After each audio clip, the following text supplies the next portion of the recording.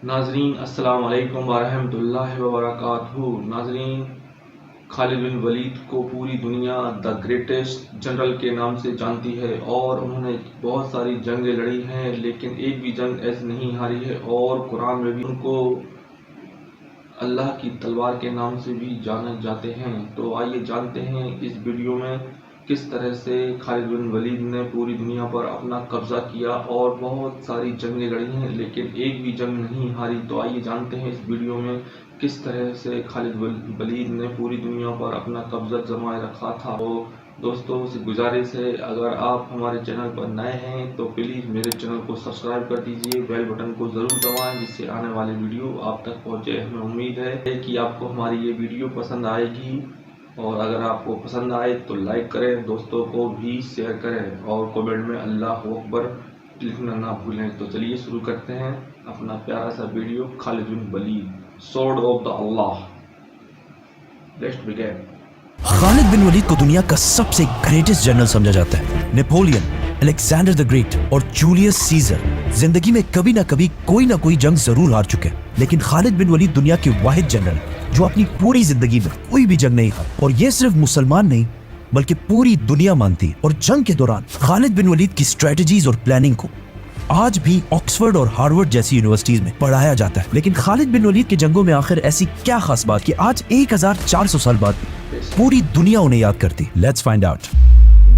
मुसलमानों के खलीफा अबू बकर रज़ियल्लाहु तआला अन्हु के हुक्म पर खालिद बिन वलीद ने द ग्रेट पर्शियन एम्पायर पर हमला कर दिया और सिर्फ 18,000 मुसलमानों के साथ 40,000 की पर्शियन फौज को बहुत आसानी से क्रश कर दिया। इस जीत के बाद मुसलमान पहली दफा अरब से बाहर निकलकर एक ग्लोबल पावर बनने की तरफ जाने लगे, क्योंकि अब मुसलमानों ने अरब से बाहर पर्शियन एम्पायर के बहुत इंपॉर्टेंट प्रोविंस कुवैत को फतह कर लिया था। जैसे ही ईरान के बादशाह को पता चला कि मुसलमानों ने उनकी फौज को बहुत आसानी से हरा दिया है, तो उन्होंने एक नई 40,000 की फौज खालिद बिन वलीद की तरफ रवाना की। लेकिन खालिद बिन वलीद ने कुवैत फतह करते ही डायरेक्टली अपने स्पाइस जासूसों को पूरे इलाके में फैला दिया था, ताकि हर खतरे का उन्हें पहले से पता चल जाए। ये स्पाइस हर तरफ फैल गए और बहुत दूर जाकर उन्होंने देखा कि पर्शियन एम्पायर की 40,000 की फौज बहुत तेजी से मुसलमानों की तरफ बढ़ रही है। तो खालिद बिन वलीद अपनी सारी फौज लेकर उसी फौज की तरफ कुवैत से बाहर उबुल्ला की तरफ जाने लगे। उबुल्ला कुवैत से बाहर एक इलाके में है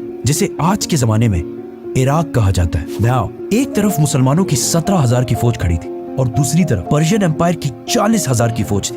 पर्शियन जनरल सामने आया और खालिद बिन वलीद को चैलेंज किया, लेकिन मुसलमानों की फौज से एक आम सिपाही ने जाकर उसे खत्म कर दिया। अगेन एक बार फिर पर्शिया की फौज का जनरल जंग से पहले ही मारा गया, जिसके बाद दोनों फौजों ने एक दूसरे पर फुल फ्लैच हमला कर दिया और बहुत सख्त जंग शुरू हुई। लेकिन पर्शियन फौज बहुत ज्यादा होने की वजह से आहिस्ता आहिस्ता बहुत सारे मुसलमान शहीद होने लगे, जिसकी वजह से पहली बार खालिद बिन वलीद ने मजबूरन मुसलमानों को जंग से पीछे हटने का हुक्म दिया और ऐसा लगने लगा कि मुसलमान फाइनली जंग छोड़कर भाग रहे हैं। ये देखकर पर्शियन फौज जीत की खुशी में बहुत तेजी से मुसलमानों का पीछा करने लगी। पर्शियन फौज मुसलमानों के पीछे इतनी तेजी से आई कि इनके फौज के दो लाइन्स एक दूसरे से बहुत दूर हो गए। And if you look closely, मुसलमान बिल्कुल सीधी लाइन में पीछे नहीं आ रहे बल्कि एक दूसरे से दूर जा रहे हैं। आखिर पर्शियन फौज मुसलमानों का पीछा करते करते एक दूसरे से इतने दूर हो गए कि उनकी आर्मी एक नहीं बल्कि कई छोटे छोटे ग्रुप्स में बट गई और उनकी फौज के दरमियान दो बड़े गैप्स बन गए।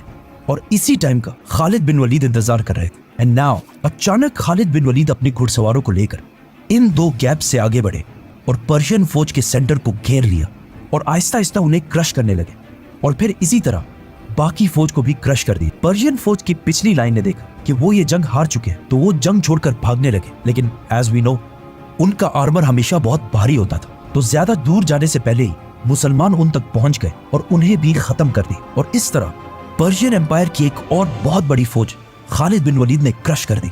ये जंग कुवैत से बाहर इराक के अंदर हुई।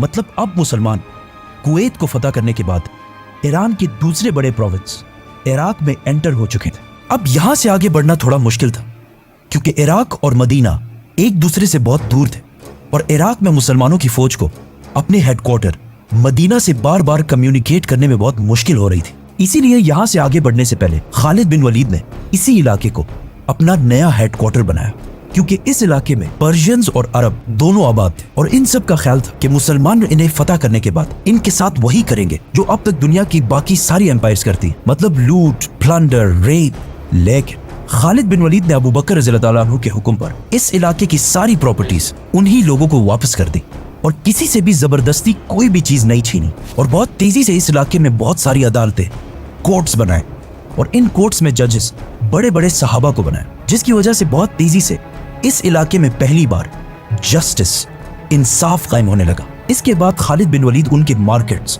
और बिजनेस की तरफ आए और सबसे कहा कि बिजनेस उसी तरह जारी रखो जिस तरह इससे पहले था, लेकिन आज के बाद यहाँ सूद कोई भी नहीं लेगा। जंग सिर्फ तलवारों से नहीं बल्कि इकोनॉमी से भी लड़ी जाती है। इसीलिए खालिद बिन वलीद ने दोबारा अपनी फौज की इकोनॉमी मजबूत करने के लिए इस इलाके के नॉन मुस्लिम्स पर जिजिया टैक्स लगाया। ये कोई नया टैक्स नहीं था, बल्कि इससे पहले इसी इलाके से पर्शियन एम्पायर भी टैक्स लिया करती थी, लेकिन खालिद बिन वलीद ने जो जिजिया टैक्स लगाया वो उस टैक्स से बहुत कम था जो इससे पहले ईरान लिया करता था। ये सब देखकर वहाँ की लोकल आबादी ने सोचा कि ये तो मुसलमान पर्शियन एम्पायर से बहुत अच्छे हैं, इसीलिए बहुत तेजी से इस इलाके के लोग इस्लाम की तरफ आने लगे और खालिद बिन वलीद की फौज में शामिल होने लगे, जिससे मुसलमानों की फौज दोबारा बढ़ने लगी और जिजिया और ज़कात टैक्स की वजह से मुसलमानों की फौज के पास पैसा भी आने लगा। मतलब आजकल लोगों का ख्याल है कि खालिद बिन वलीद सिर्फ जंग ही लड़ सकते थे, हालांकि खालिद बिन वलीद हमेशा जंग के साथ साथ इन इलाकों की जस्टिस और इकोनॉमी को भी इम्प्रूव करते जाते थे। नाउ मुसलमानों ने कुवैत के साथ साथ इराक के साउथ को भी फतह कर लिया था,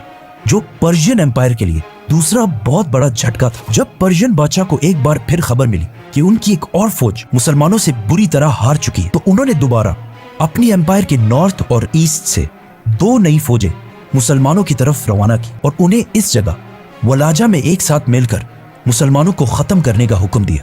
बट पर्शियन बादशाह हर तरफ से फौज जमा कर रहे हैं सिवाय अपने वेस्टर्न बॉर्डर से, क्योंकि ये बॉर्डर रोमन एम्पायर के साथ टकराता था और ईरान के बादशाह को यह टेंशन भी थी कि कहीं रोमन एम्पायर इस सब का फायदा उठाकर पर्शियन एम्पायर पर हमला ना कर दे। लेकिन रोमन एम्पायर ने कभी भी हमला नहीं किया, क्योंकि कुछ ही अरसे बाद मुसलमानों ने रोमन एम्पायर पर भी हमला कर दिया, जिसे हम इसी स्टोरी में एक्सप्लेन करेंगे। तो सब्सक्राइब। खालिद बिन वलीद ने जिन इलाकों को फतह किया उनमें से बहुत सारे लोगों ने इस्लाम कबूल कर लिया और अब वो सारे लोग मुसलमानों के लिए स्पाइज और जासूस बन चुके थे, जिसकी वजह से मुसलमानों की इंटेलिजेंस एजेंसी और भी ज्यादा स्ट्रांग होने लगी, क्योंकि ये नए मुसलमान ईरान को अरबों से बहुत ज्यादा अच्छी तरह समझते थे, जिसकी वजह से खालिद बिन वलीद तक ये खबर बहुत तेजी से पहुंची कि 2 बहुत बड़ी फौजें उनकी तरफ तेजी से बढ़ रही हैं और खालिद बिन वलीद को इस बात का पता था कि अगर ये 2 फौजें एक जगह पर यूनाइट हो गई तो इन्हें हराना इम्पॉसिबल हो जाएगा। तो मुसलमानों ने इस सब को रोकने के लिए प्लानिंग शुरू कर दी। मुसलमानों ने देखा कि ये 2 फौजें जिस इलाके से आ रही हैं वो इलाका बहुत ही ग्रीन और पहाड़ी इलाका है और ये लोग डेजर्ट के बिल्कुल भी आदी नहीं है, इसीलिए मुसलमान अगर डेजर्ट की तरफ से जाएंगे तो वो इनमें से एक फौज तक बहुत तेजी से पहुंच सकते हैं। तो खालिद बिन वलीद अपनी फौज लेकर फुल स्पीड इराक के डेजर्ट को क्रॉस करते हुए पहली फौज के पास वलाजा पहुंचे। मुसलमानों और पर्शियंस की पहली फौज वलाजा में आमने सामने हुई। पर्शियन फौज का जनरल ये देखकर हैरान हो गया कि जितना उसे बताया गया था उससे तो मुसलमानों की फौज बहुत ही कम है। मतलब मुसलमानों में ज्यादा पैदल सोल्जर्स हैं और घोड़े वाले तो बहुत ही कम है, जिसकी वजह से इस फौज में जीतने की काफी होप पैदा हुई। पर्शियन फौज से उनका चैंपियन सामने आया, जिसे उसकी बहुत बड़ी और स्ट्रॉन्ग बॉडी की वजह से पर्शियंस ने फारसी में एक बहुत मशहूर नाम दिया था, 1000 मर्द, जिसका उर्दू और हिंदी में मतलब है 1000 मर्द। खालिद बिन वलीद उस चैंपियन से लड़ने गए और कुछ ही टाइम उसे मार दिया, जिसके बाद दोनों फौजें जंग के लिए तैयार हुई। लेकिन काफी टाइम गुजरने के बाद भी ईरान की आर्मी अपनी जगह पर ही खड़ी रही, क्योंकि वो ज्यादा से ज्यादा टाइम वेस्ट करना चाहते थे ताकि उनकी दूसरी फौज उनकी मदद के लिए पहुंच सके। लेकिन मुसलमानों का प्लान तो ये था कि उन्हें यूनाइट होने से पहले ही खत्म कर दिया जाए। इसीलिए मुसलमानों की फौज बहुत कम होने के बावजूद खालिद बिन वलीद ने उन्हें हमले का हुक्म दिया। मुसलमानों और पर्शियंस की एक बार फिर बहुत सख्त लड़ाई शुरू हुई और बहुत टाइम गुजरने के बाद भी बिल्कुल समझ नहीं आ रही थी कि कौन जंग जीत रहा है। लेकिन अचानक पर्शियन जनरल ने अपनी फौज के लाइंस को बदला और नए फ्रेश लोगों को सामने कर दिया। अब इनसे दोबारा लड़ने की मुसलमानों के पास बिल्कुल ताकत नहीं थी, जिसकी वजह से दोबारा बहुत सारे मुसलमान आहिस्ता आहिस्ता शहीद होने लगे। और ये सब देखकर आखिर खालिद बिन वलीद ने मुसलमानों को पीछे हटने का हुक्म दिया, जिससे मुसलमान अगेन जंग से आहिस्ता आहिस्ता पीछे हटने लगे। लेकिन आखिर इतना पीछे चले गए कि ये फौज बिल्कुल पहाड़ तक पहुंच गई, जहां से और पीछे जाना इम्पॉसिबल था। और आखिर ईरान की पूरी फौज ने मुसलमानों पर हमला कर दिया। लेकिन अगर आप गौर से इसे देखें तो मुसलमान अगेन एक स्ट्रेट लाइन में पीछे नहीं हट रहे, बल्कि सिर्फ मुसलमानों का सेंटर पीछे हट रहा है और मुसलमानों की लेफ्ट और राइट बिल्कुल मजबूती से अपनी जगह पर खड़े हैं, जिससे आहिस्ता आहिस्ता इस जंग में एक गोल सर्कल बन रहा है जिसका अब तक पर्शियंस को बिल्कुल भी अंदाजा नहीं था। जैसे ही सर्कल कंप्लीट होने लगा और पर्शियंस की सारी फौज इस सर्कल के अंदर एंटर हुई, खालिद बिन वलीद ने इशारा दिया और अचानक पर्शियन फौज के पीछे से 4000 हॉर्समैन घुड़सवार फुल स्पीड पर्शियन फौज के पीछे आने लगे। याद है ईरान के जनरल के जासूसों ने जितना उन्हें बताया था उससे मुसलमान बहुत कम थे, जिस पर वो बहुत खुश था, लेकिन असल में मुसलमान कभी कम थे ही नहीं। खालिद बिन वलीद ने जंग से पहले इन सारों को पर्शियन फौज के पीछे खड़ा किया हुआ था और बहुत देर से ये सब खालिद बिन वलीद के सिर्फ एक इशारे का इंतजार कर रहे थे। इसके बाद मुसलमानों ने पर्शियन फौज को हर तरफ से ऐसे घेर लिया कि कहा जाता है कि एक बंदा भी इस जंग से नहीं भाग सकता। ये कोई पहली दफा नहीं है कि खालिद बिन वलीद ने ये टैक्टिक यूज किया। इससे पहले जंग ओहद में इसी तरीके से उन्होंने मुसलमानों को भी हराया था, जिसमें रसूलुल्लाह सल्लल्लाहु अलैहि वसल्लम ने सहाबा को क्लियरली ऑर्डर्स दिए कि इस पहाड़ से नहीं उतरना। लेकिन जीत की खुशी में जब वो पहाड़ से नीचे उतर गए, खालिद बिन वलीद ने पहाड़ के पीछे से हमला कर दिया और पूरे जंग को बिल्कुल बदल दिया। और अब वही टैक्टिक उन्होंने पर्शियंस के खिलाफ भी यूज की। ईरान की इस फौज को हराने के बाद अब मुसलमान पर्शियन एम्पायर की बॉर्डर से निकलकर उनके सेंटर के करीब होने लगे और इसके कुछ ही अरसे बाद अबू बकर रज़ियल्लाहु तआला अन्हु ने ईरान के साथ साथ रोमन एम्पायर पर भी हमले का हुक्म दिया। रोमन और पर्शियन एम्पायर में मुसलमान इतनी तेजी से आगे बढ़ रहे थे कि इन दोनों एम्पायर्स ने देखा कि अगर ऐसे ही चलता रहा तो बहुत जल्द हम दोनों सुपर पावर्स खत्म हो जाएंगे। तो इसीलिए उन्होंने तारीख में पहली दफा रोमन और पर्शियन एम्पायर अपनी 700 साल पुरानी दुश्मनी खत्म करके मुसलमानों के खिलाफ यूनाइट हो गए। सब्सक्राइब।